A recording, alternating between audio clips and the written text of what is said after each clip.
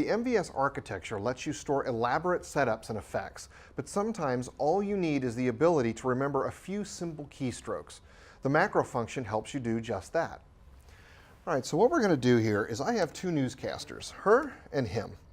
What I want to do is every time I put frame memory 1 on the air, I want it to automatically call up and put her name on, and when I call his up, I want his name to come on. So we're going to use a macro for that.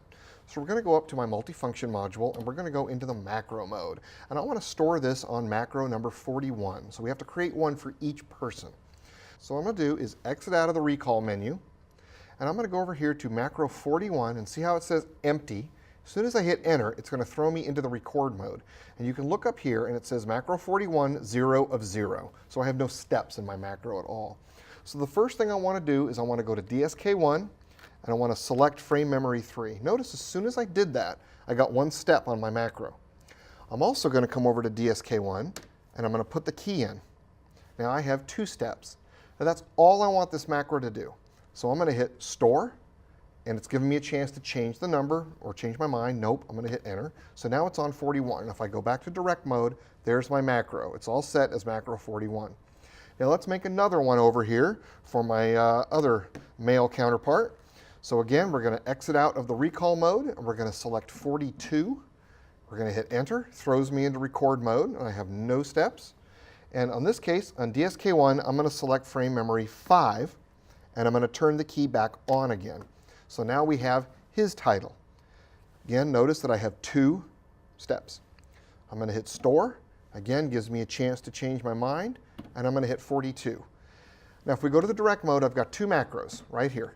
Now, as I change these, it's simply changing down here what keyer is on the air. And it's also making sure that the downstream key is turned on. Let me show you exactly what's happening. I'm going to go into the macro menu by hitting my top menu and hitting macro. You can see macro 41 and 42 are both highlighted. Let's go to macro 41, and I'm going to hit this button called offline edit. This is going to show me exactly what the macro is doing. So what we have here is we have kind of an event step. So we look here on event 1, the contents is an event. What is the event? Well, the event is an ME crosspoint change. Which ME? Program preset. You can see that in both places here. Which bus? The key 1 bus. Which crosspoint? It's going to be crosspoint 41 right here. Or is it video or key? In this case, it's video. The next step is, again, the contents is an event. The event this time is a key cut. Which ME? Program preset. Which key? Key 1. And the direction. In this case, it's saying I always want the key to cut to on. So what that means is if the key was off, it'll always make it go on. If the key was already on, it's not going to turn it off. It'll just leave it in the on position. All right, so now that we kind of understand what these macros are doing, let's exit out of here. Okay, now what we want to do is we want to attach these macros to the frame memory crosspoint button. So when I call it up, this does it automatically.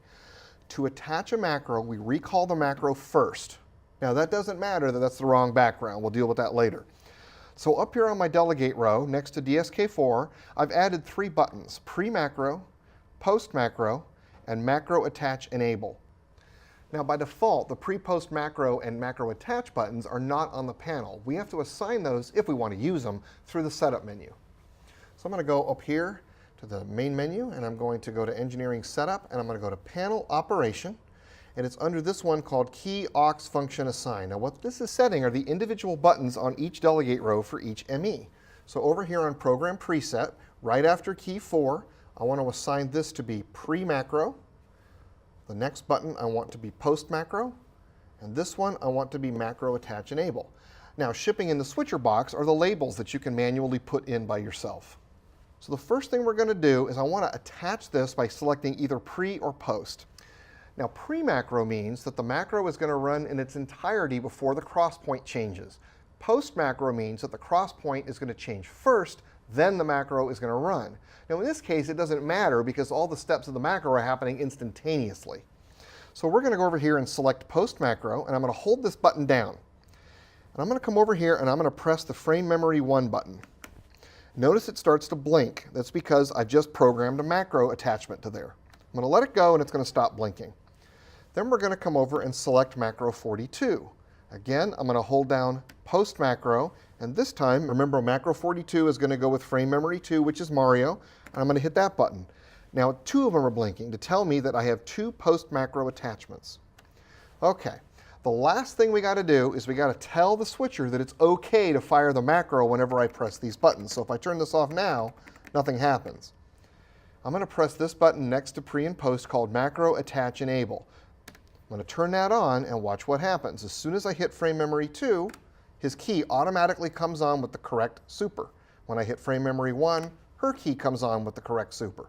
So I could easily lose my key, go over here to a tape. When I come back to her, her name comes up every time.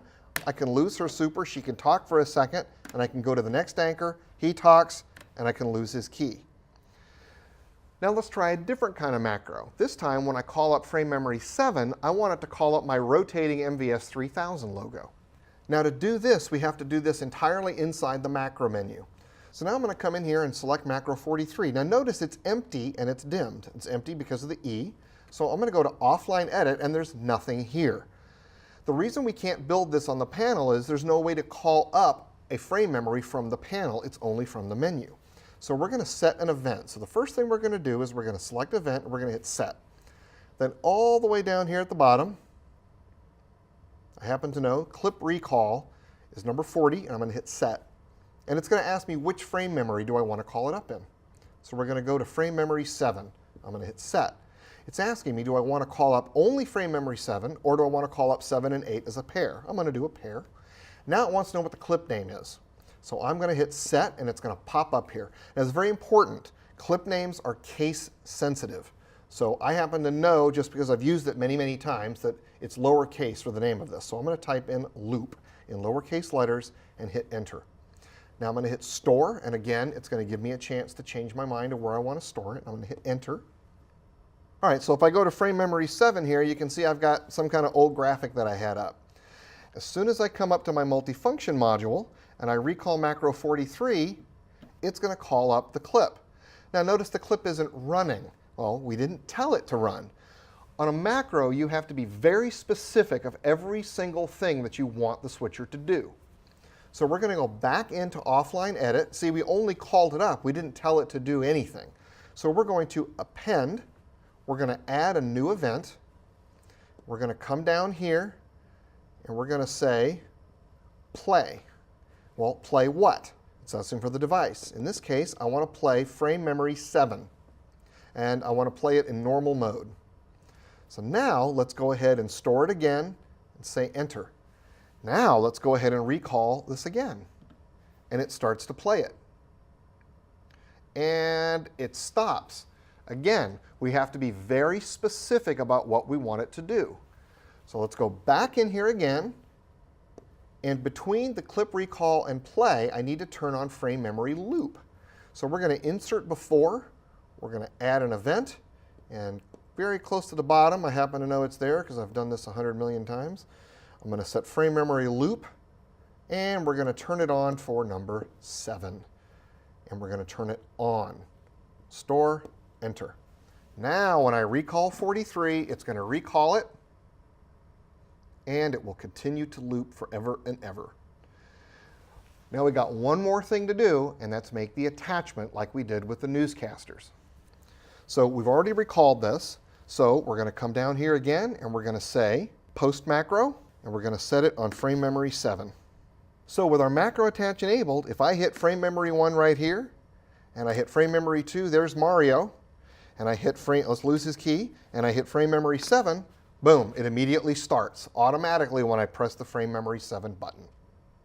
Now that only scratched the surface of panel macros. There's a whole lot more you can do with them. Now I want to talk about menu macros.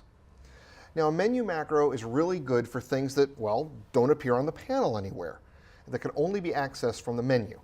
So let's go over to the macro menu and go into menu macros. Now I've already built one of these, and we're going to build a second one right now. And what I want to do is have 2 menu macros that let me change the display of my multi-viewer. So right here is my default that I've been using for this whole presentation. I want to make a new one now.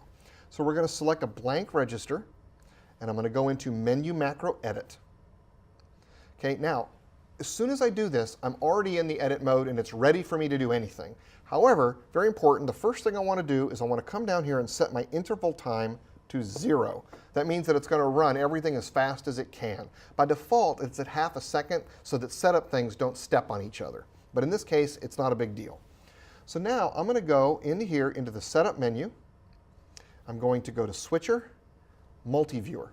Now you can see that my normal keyframe area up at the upper right-hand corner here has been replaced with a menu macro. That's my indication that I'm in the menu macro edit mode. Also down on the lower right, it's warning me that I also have menu macro auto insert on, meaning if I touch anything on the menu that's a button, it's going to insert a step for me. So in this case, I want to go and change my sources. So let's pretend I don't have 2 monitors anymore, and I want to use a single monitor for program preset and everything else with my multi-viewer. So in my upper left, I'm going to go over here and select Program Preset Preview because I like preview on the left. And on the right hand, I'm going to select Program Preset Program 1. So this is going to give me preview and program. And now let's go here and say I want my cameras towards the bottom. So I'm going to come down here and select a source this time. And I'm going to select XDCam 1 here, XDCam 2 here, XDCam 3 here, and XDCam 4 here. And up on the top, I want to put a couple of my frame memories. So we're going to come over here and say frame memory 1, frame memory 3, frame memory 5, and frame memory 7. So now you can see that I've got 12 events up here in the upper right-hand corner that will change the layout of this display for me. Now, I don't want to have to go hunting for the menu macro place anymore, so I'm just going to hit this little shortcut called Menu Macro Edit, and it pops me right back to the menu here. So now I'm going to say Store, Enter. So now I have both menu macros, and I'm going to go ahead and rename this one and call it MView2. So let's clear this and call it MView2. All right, so I have 1 and 2. And now I'm going to go ahead and recall them. So I'm going to select this here and recall number 1, and it instantly changed my multi-viewer. And now if I go to number 2, the one we just made, it changes the entire multi-viewer again. And I can go back and forth at any time I want to. Now I'm going to show you one more trick on macros. I can take a menu macro and put it inside a panel macro register.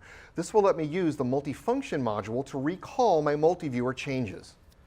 All right, so I'm going to do this by going back into my macro registers, and let's go ahead and make macro 47 since it'll be at the top of the multifunction module. We're going to do an offline edit, and we're going to set an event.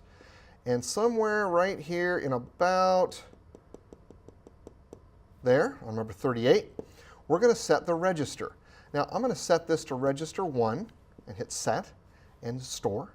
So whenever I call this up, it's going to call menu macro number 1. And I'm going to go to 48, do an offline edit, and do the same thing. We're going to go down to number 38, hit set, and do register number 2. Store that. Now, if I come over here to my multifunction module, here's macro 47 and 48. When I hit this, it stays the same. When I hit this one, it changes the multi-viewer. When I hit this one, it goes back. And of course, don't forget, we can rename our macro buttons. So if I go to 47 and hit rename, we're going to call this MV, I'm going to use the pipe symbol like I showed you before to cause a carriage return, 1. And I'm going to come over here and rename this to be MV, pipe symbol, 2. Now up here is now telling me in plain English what multi-viewer 2 is going to do and what multi-viewer 1 is going to do.